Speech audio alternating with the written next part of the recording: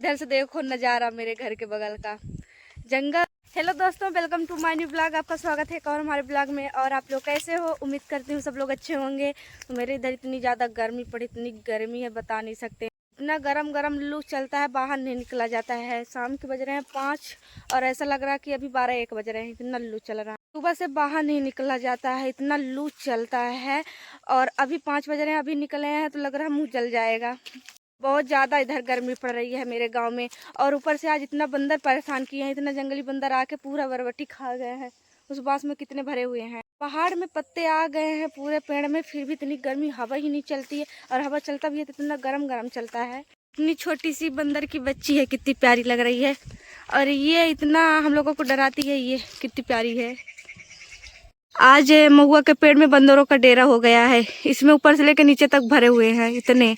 ये कितनी प्यारी है, भाग रही है। पकड़ो पकड़ो।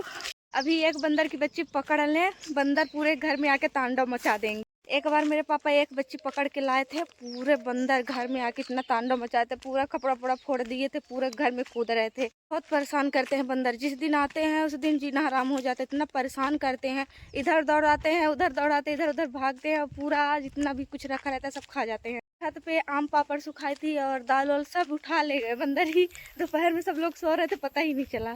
कोचिंग से आई हूँ तो सो गई हूँ, खाना तक नहीं खाई। जाके भाई खाना खा लो, इतनी गर्मी में भूख ही नहीं लगती। अंदर आओ और पंखा न चले तो लगता प्राण चला जाएगा। ओह, कितना गरम गरम लू। आ जाओ आप लोग भी खाना खा लो। खाने में है रोटी और बरबटी आलू की सब्जी। जैसे खाना खाने बैठे लाइट ही चली गई।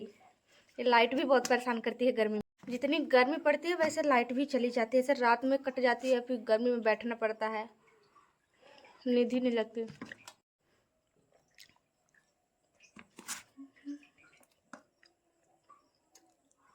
खाना खा चुकी मैं।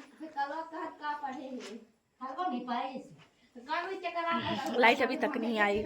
ऐसे गर्मी पहली बार पड़ रही है, इतनी ज़्यादा, इतना लू चल रहा है, ताप सबसे ज़्यादा है।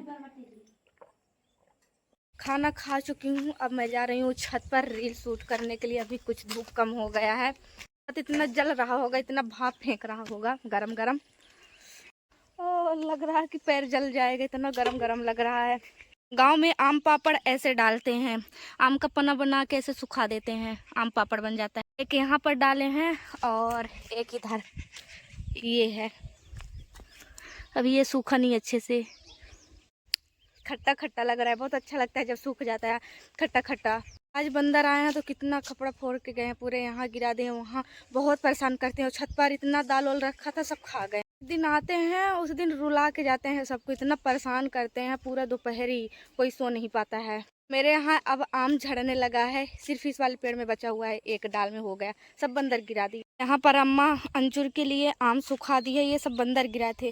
और इधर मम्मी अचार के लिए आम सुखाई। इतना साल मेरे यहाँ आम फरा हुआ है, अगले साल नहीं फरेगा, इसलिए मम्मी 2 साल के इकट्ठा आम का अचार डाल ली है, बहुत ज्यादा डाली है इस साल। हमेशा मेरी मम्मी ही अचार बनाती है और बहुत अच्छा बनाती है। कटहल, नींबू और आम का इतना अच्छा बनाती है, कोई खाएगा उंगली चाटता रह जाएगा।